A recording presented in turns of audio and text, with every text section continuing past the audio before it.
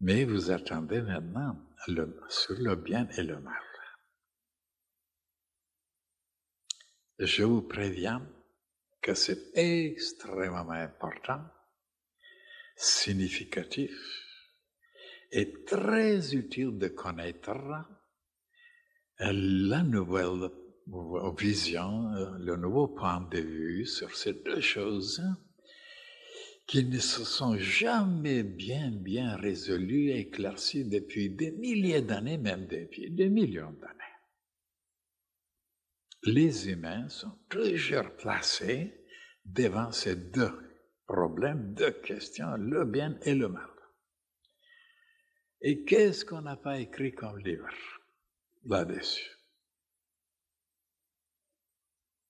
On les considère comme des choses opposées et qui se combattent sans arrêt, et que le Seigneur c'est le bien sûr, le Seigneur le bon Dieu, mais le mal c'est quelque chose de contraire, il n'a aucun rapport avec sa bonté, avec sa gentillesse, sa lumière, et il lui tient tête. Depuis des millions d'années, le mal, le diable, l'enfer lui tient tête au Seigneur, vous voyez. Et comme il ne peut pas le vaincre, le mal, le Seigneur, il prêche, il demande, il supplie les humains de venir l'aider. Et c'est comme ça dans l'Église, c'est comme ça. Et ça prouve qu'on n'a jamais compris qu'est-ce que c'est le bien et le mal. Et vous allez voir maintenant des choses que vous n'avez jamais entendues, nulle part.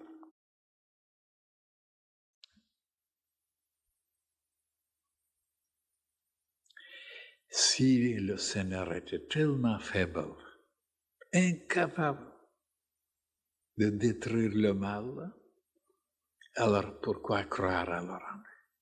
Il n'est pas tout-puissant et omniscient. Et qui a créé le mal alors là? Puisque c'est lui qui est le créateur de tout. Il n'y a rien qui existe sans que le Seigneur soit le créateur. Alors voilà des choses inextricables, insolubles.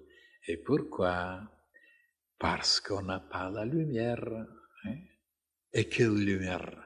Ben, la lumière initiatique.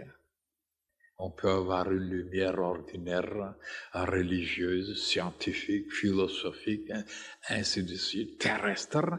Mais cette lumière initiatique, malheureusement, même les plus grands savants ou philosophes ne la possèdent pas.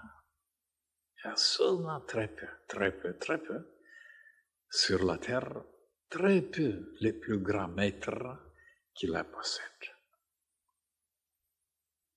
Et voilà maintenant le nouveau. Le bien et le mal, ce sont deux forces formidables, magnifiques, nécessaires, indispensables, capables, puissantes. Sans le mal, le bien ne peut pas travailler, exister, se manifester. Et sans le bien, le mal non plus n'existera pas. Toutes ces deux forces qui travaillent toutes les deux, dans un but pour faire fonctionner, marcher la vie. Comme si, supposons que la vie, c'est une roue qu'on doit la faire tourner pour qu'elle puisse déclencher après d'autres forces, d'autres puissances, pour que tout marche, tout avance, tout évolue, tout se perfectionne.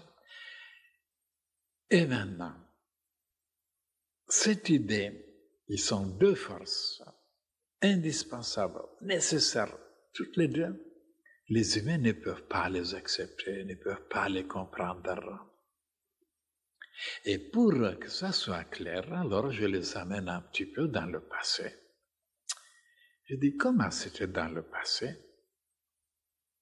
Les humains, les pauvres, étaient tellement harcelés par les forces de la nature, par les tempêtes, par les tonnerres, par les foudres, par les éruptions volcaniques, par toutes sortes de forces, des inondations, ainsi de suite, et que les pauvres, ils devaient se défendre, et bien c'était le mal pour eux, parce qu'ils étaient dévalisés, ils étaient dévastés, ils étaient engloutis, ils étaient emportés, ainsi de suite.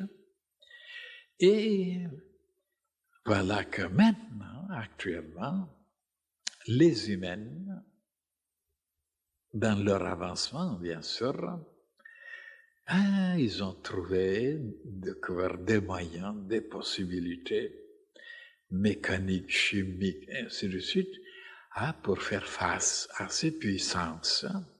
Et ils sont arrivés même à les apprivoiser, à les utiliser, à les atteler, et ils se servent maintenant avec ces forces et puissances pour créer des courants, l'électricité, la chaleur et tout, pour faire marcher leurs usines et leurs travaux.